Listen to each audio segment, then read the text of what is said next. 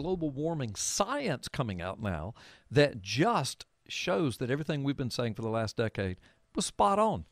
Yeah. Did you hear me? Spot on. Spot on. Hey, there we go. What a great segue. Go ahead. Yeah, go ahead. Awesome. Yeah. So throw those steaks back on the barbecue, people. There's nothing to worry about in so much as your personal contribution to the warming of the earth, because there is that giant flaming ball 93 million miles away that is doing just a fabulous job up there, making course corrections, warming and cooling the earth, giving us seasons up in Canada, maybe not so much down here.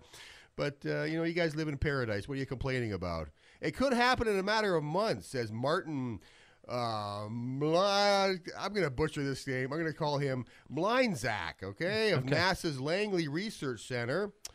The sun is entering one of the deepest solar minima of the space age, wrote Dr. Tony Phillips just 6 weeks ago on September 27th of 2018. Sunspots have been absent for most of 2018, and Earth's upper atmosphere is responding almost like it was designed to do so. Wouldn't you say, Carl? Yes. Says Phillips, editor of spaceweather.com. Data from NASA's Time satellite show that the thermosphere, which is the uppermost layer of the air around our planet, is cooling and shrinking, literally decreasing the radius of the atmosphere. I won't read the rest of this article, but I did post it to our Facebook page, Carl, the PP Simmons Facebook page, and I believe it's up on the Carl Gallups Facebook page also. Lack of sunspots to bring record cold, warns NASA scientists. So I put this up there, and very quickly, a man named Carson Herring. Go ahead. And you triggered Carson. I triggered him. You triggered Carson, so tell us what happened. Okay, so Carson, now he's an expert in this matter. Yes. Okay? He says, this is fake news, he says. False info. I'm a ham radio operator who keeps... Sorry. Yeah, because a ham radio operator is a weather expert. Yes. I was hoping to get through that without chuckling, but I just couldn't do it. Yes. I'm a ham radio operator who keeps close track of sunspots, and they have next to nothing to do with the temperature of the Earth, Carl. No, he didn't mention your name. I threw that in there. Did he really?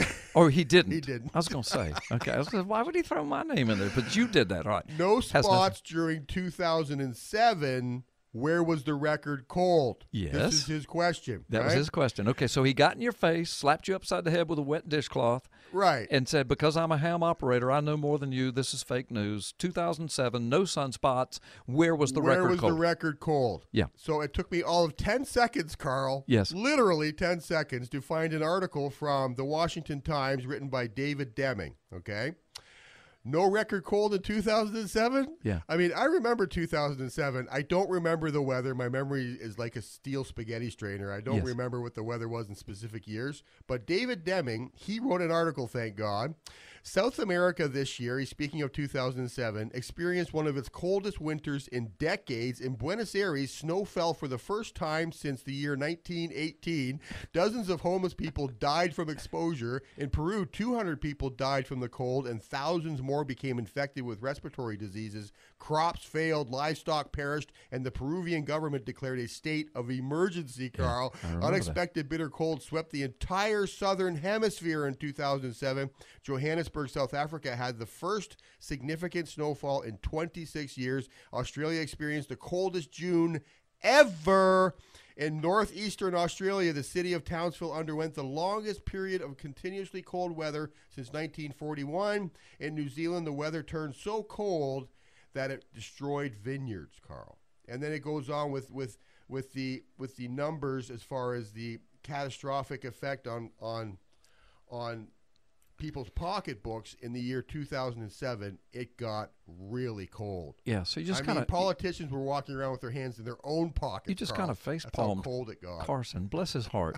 And listen, we don't know Carson, and we're not trying to trash him. I mean, he put his name out there, so we're doing it too. Yeah. But he's a ham radio operator, so therefore he knows that this story was fake. But you proved him wrong in less than 10 seconds. And not that we're out to prove anybody wrong, because we correct ourselves if we find out we've said something that's just absolutely not so.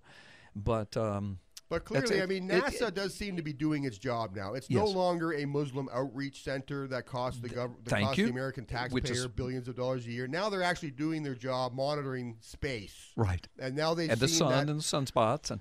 They're seeing that there's a dramatic reduction in sunspots, and now actually this same person at NASA is saying that a mini ice age could be on the way, and it's going to get very, very cold. Humanity is facing a long, cold winter, which could see temperatures across the planet plunge to depressing lows, Carl. That's the warning from this NASA scientist.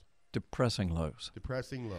Well, and that's how the sun works. And we've been monitoring these kinds of things for several hundred years. We understand how that works. When there's a lot of solar flares and what I think they're called solar coronas or something like that, and sunspots, then you have the northern lights. Right. A lot, sure. You know, and then the sunspots disappear, and all of the sun activity, like that kind of activity, starts to die down a little bit, and the northern lights are not nearly as prominent. And so we know that, and we also know that it affects weather. It affects weather. Less sunspots, the colder it is. Right. And in some cases, that might just be a degree or two, which that in and of itself could be. Isn't that amazing how delicate everything is? Oh, I mean, literally, if we were just, I don't know how many miles closer to the sun, we'd burn up. It would be would be like Pensacola on an August afternoon. Yeah, and if we were further away, we'd freeze to death. But in the meantime, the sun kind of goes through these cycles, and they've been measuring this for years. Every 11 years. Yeah. More sunspots, less sunspots, more sunspots, and it goes in kind of I'm making a motion here like a wave. It goes in a wave, goes up, up, up, and then down, down, down. Then it starts back up, up, up, down, down, down.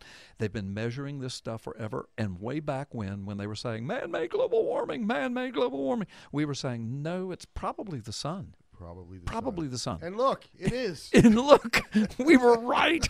We were not right about chronophobia. No. But we were right about solar phobia. Solar phobia. That could be a real thing. We should look into that. Yeah, we should look into it. Hey, let's trademark that. Let's right now. I'm going to write a book right now. Mallory, get on that for us. The truth about solar phobia. Oh, my goodness. Hey, folks, listen, we're coming up to the top. For thousands of years, mankind has debated how creation began. Ancient texts tell us the story. But today, the real message behind the pivotal account of the Garden of Eden has been obfuscated and lost. That is, until now.